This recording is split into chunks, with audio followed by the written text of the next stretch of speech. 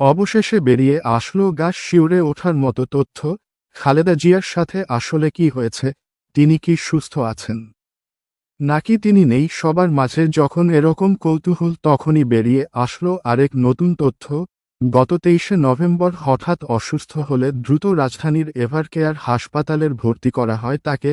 সেখানে থেকে আর বাড়ি ফেরা হয়নি তার। ইতিমধ্যে তার পুত্রবধূ ডক্টর জোবাইদা রহমান এসেছিলেন এভারকেয়ার হাসপাতালের, কিন্তু তিনি গণমাধ্যমে কিছু বলেননি।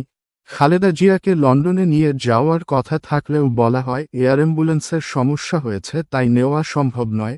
তারপর এখন বলা হচ্ছে খালেদা জিয়া বিদেশে যেতে চাইছেন না, তাই এরকম কথাবার্তায় জনমনে দেখা দিয়েছে সন্দেহ।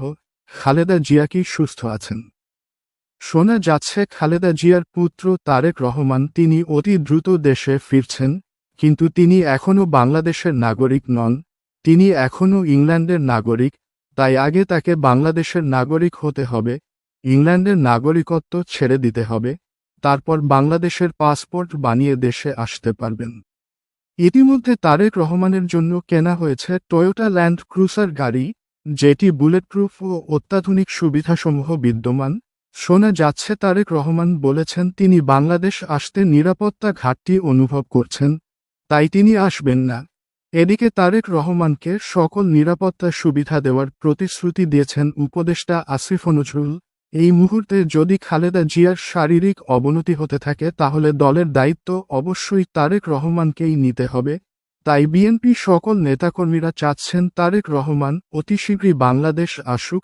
এদিকে দেশনেত্রী খালেদা জিয়াকে ভিভিআইপি ঘোষণা করেছে অন্তর্বর্তীকালীন সরকারের প্রধান উপদেষ্টা ডক্টর মুহাম্মদ ইউনূস।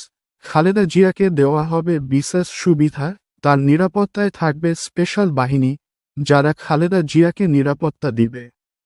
3বারের প্রধানমন্ত্রী দেশনেত্রী বেগম খালেদা জিয়া বাংলাদেশের অমূল্য সম্পদ, তাকে কোনোভাবেই হারাতে চায় না দেশের জনগণ।